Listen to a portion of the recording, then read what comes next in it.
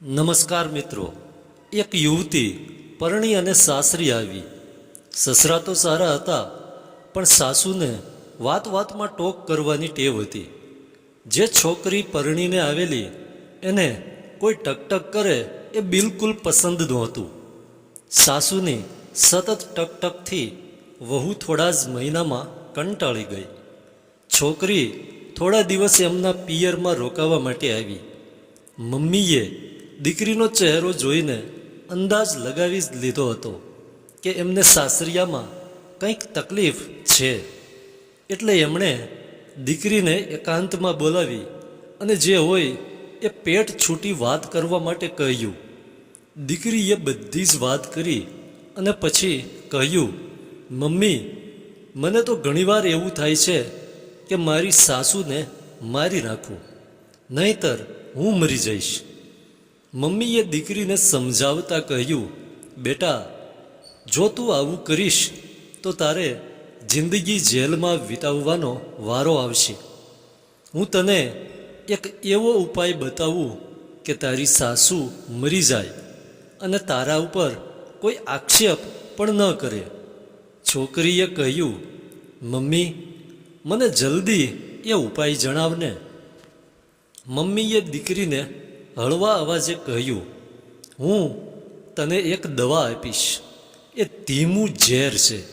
રોજ થોડું થોડું તારા સાસુના ભોજનમાં નાખજે, એટલે 6 મહિના પછી એની અસરથી તારી સાસુ મરી જશે અને કોઈને તારા ઉપર શંકા પણ નહીં જાય। બીજા દિવસે માએ દીકરીને એક દવા આપી। દીકરી રાજીની રેડ થઈ ગઈ કે 6 માસમાં મારી બધી જ સમસ્યા ઉકેલાઈ જશે।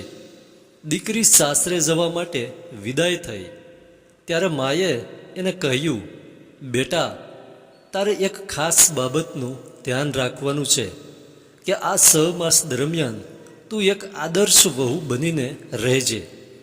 તારી સાસુ જે કંઈ ટકટક કરે એ બધું સાંભળી લેજે, એની સામે ક્યારેય ન બોલતી, જેથી બધાને એવું લાગે કે તારી સાસુના મોતમાં તારો કોઈ હાથ નથી। આમ પણ તારે આ નાટક માત્ર 6 માસ જ કરવાનું છે। બીજા દિવસથી વહુ સાવ બદલાઈ ગઈ। વાત વાતમાં સાસુની સામે થઈ જતી, એના બદલે સાસુની ખૂબ સેવા કરવા લાગી। સાસુ ગમે તેવું ખરાબ બોલે તો પણ તે પ્રેમથી સંભાળી લે અને સાસુને હસી હસીને જવાબ આપે। વહુના બદલાવની અસર સાસુ પર પણ થવા લાગી। સાસુને વહુ હવે ગમવા લાગી। વહુને વઢવાને બદલે આડોશ પાડોશમાં વહુના વખાણ કરવાનું ચાલુ કર્યું। ટકટક કરવાનું તો સાવ બંધ જ કરી દીધું। વહુને સાસુનો આ બદલાવ બહુ ગમ્યો। જે સાસુને એ નફરત કરતી હતી એ સાસુ હવે એને વહાલી લાગવા માંડી। મમ્મીએ આપેલી દવાથી સાસુ હવે થોડા મહિનામાં મરી જશે એ વિચારથી એ ધ્રુજી ઉઠી। પિયર જઈ અને મમ્મીને કહ્યું, મમ્મી, મારી સાસુ સાવ બદલાઈ ગઈ છે, મને ખૂબ પ્રેમ કરે છે। હવે એ ખૂબ લાંબુ જીવે એવું હું ઈચ્છું છું।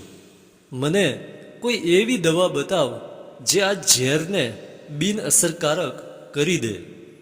મમ્મીએ હસતા હસતા કહ્યું, બેટા, હું તારી મા છું અને તારા ઉજ્જવળ ભાવિનો હંમેશા વિચાર કરું છું।